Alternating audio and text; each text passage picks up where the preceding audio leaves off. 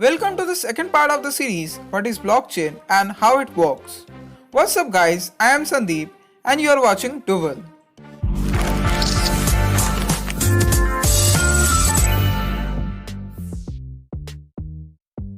If you are new to this series, the first video was all about what is blockchain, how it works, importance and its application.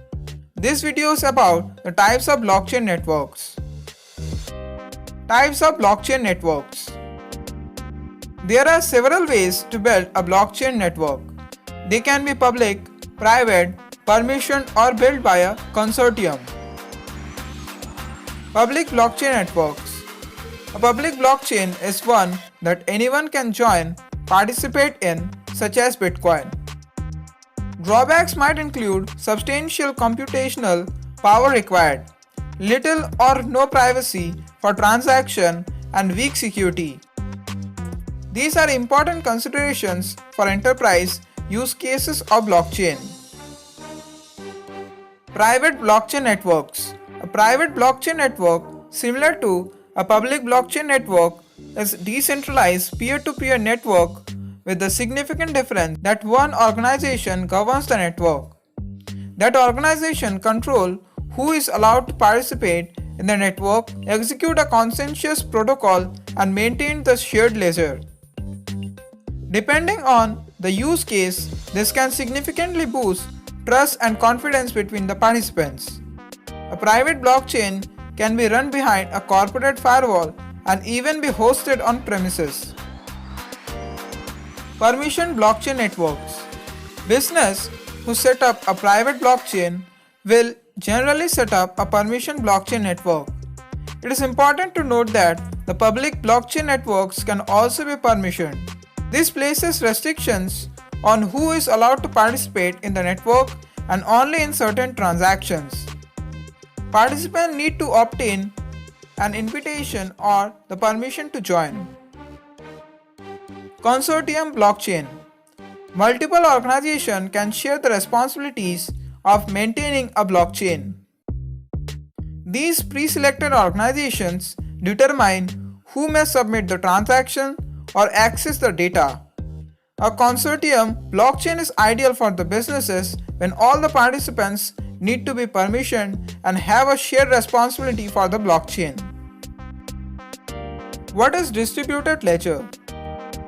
Computing power and breakthrough in cryptography, along with the discovery and the use of new and interesting algorithms, have allowed the creation of the distributive ledgers.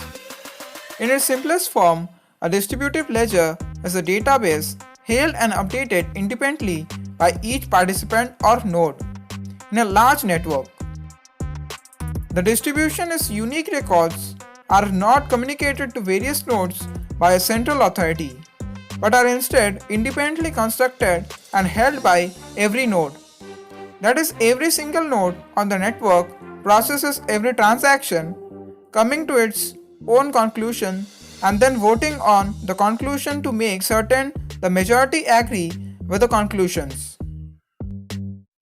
Once there is this consequences, the distributive ledger has been updated, and all the nodes maintain their own identical copy of the ledger. Distributive ledgers are dynamic form of the media and have properties and capabilities that go far beyond the static paper-based ledgers. The invention of the distributive ledger represents a revolution in how information is gathered and communicated. It applies to both static data, a registry, and dynamic data, transactions. Distributive ledger allow users to move beyond the simple custodianship of the database and divert energy to how we use, manipulate and extract value from databases. Less about maintaining a database, more about managing a system of the record. Blockchain and cybersecurity. While no system is unhackable, blockchain simple topology is the most secure today, according to Alex Tapscott, the CEO and founder of the Northwest Passenger Ventures. In order to move anything of the value over any kind of blockchain, the network of nodes must first agree the transaction is valid.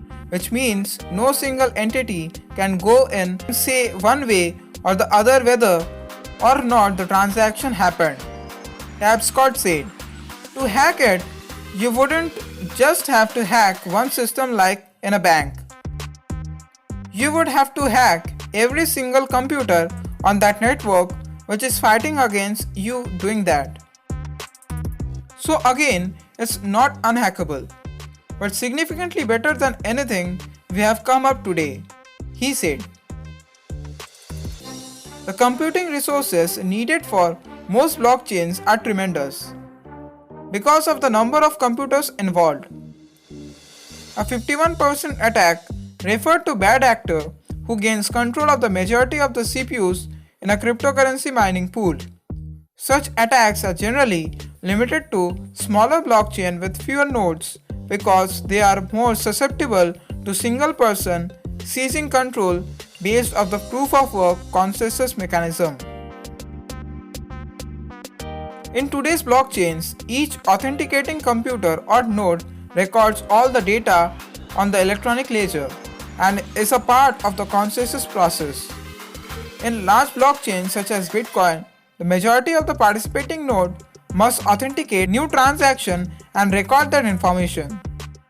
If they are to be added to the ledger, that makes completing each transaction slow and difficult.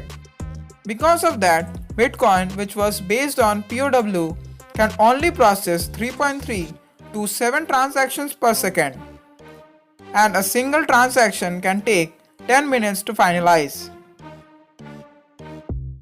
The advances of the blockchain are still young and have the potential to be revolutionary in the future.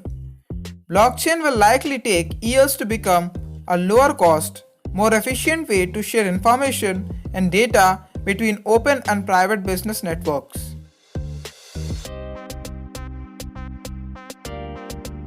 If you really enjoyed this video, make sure to subscribe to my YouTube channel right now. Just click the button below this video.